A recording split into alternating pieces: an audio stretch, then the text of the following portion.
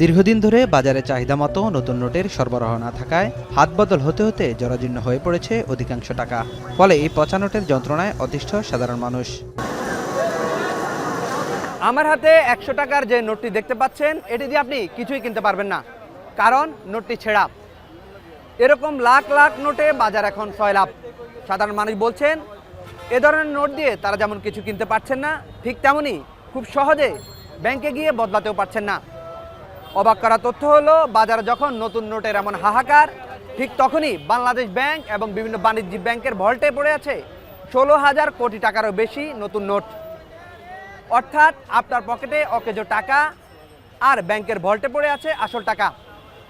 Nova LED TV, ঝকঝকে ছবি, নিখুঁত শব্দ, ৫ বছরের ওয়ারেন্টি। নোভা মানে সঠিক মান, নিশ্চিত সেবা। সেই টাকা কেন বাজারে আসছে না, সেই প্রশ্ন এখন সবার মনে। তথ্য বলছে, পতিত আওয়ামী সরকারের ছবিযুক্ত এসব নোট বেশ আগেই ছাপানো হয়েছে। তবে রাজনৈতিক পট পরিবর্তনের পর বর্তমান পরিস্থিতিতে এই বিশাল অঙ্কের টাকা বাজারে ছাড়া নিয়ে এক ধরনের দ্বিধা তৈরি হয়েছে। এদিকে চাহিদা মতো নতুন টাকা যোগান দিতে পারছে না সরকারি মুদ্রণালয় বা টাকশাল। অর্থনীতিবিদরা বলছেন, জনগণের ট্যাক্সের টাকায় ছাপানো নোট আটকে না রেখে জনগণের প্রয়োজনেই বাজারে ছাড়া হবে বুদ্ধিমানের কাজ।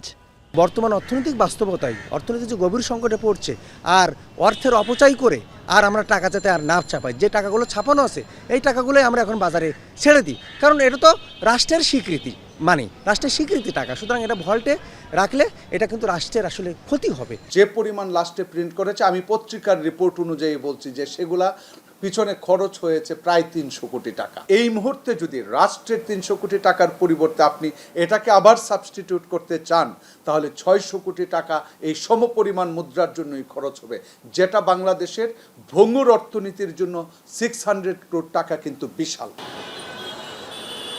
বাংলাদেশ ব্যাংক বলছে, প্রস্তুতি তাদের আছে, তবে সিদ্ধান্তের জন্য অপেক্ষা করা হচ্ছে ওপর মহলের নির্দেশের। চাহিদার মোতাবেক আমরা নতুন ডিজাইনের নোট বাজারে ছাড়তে পারছি না।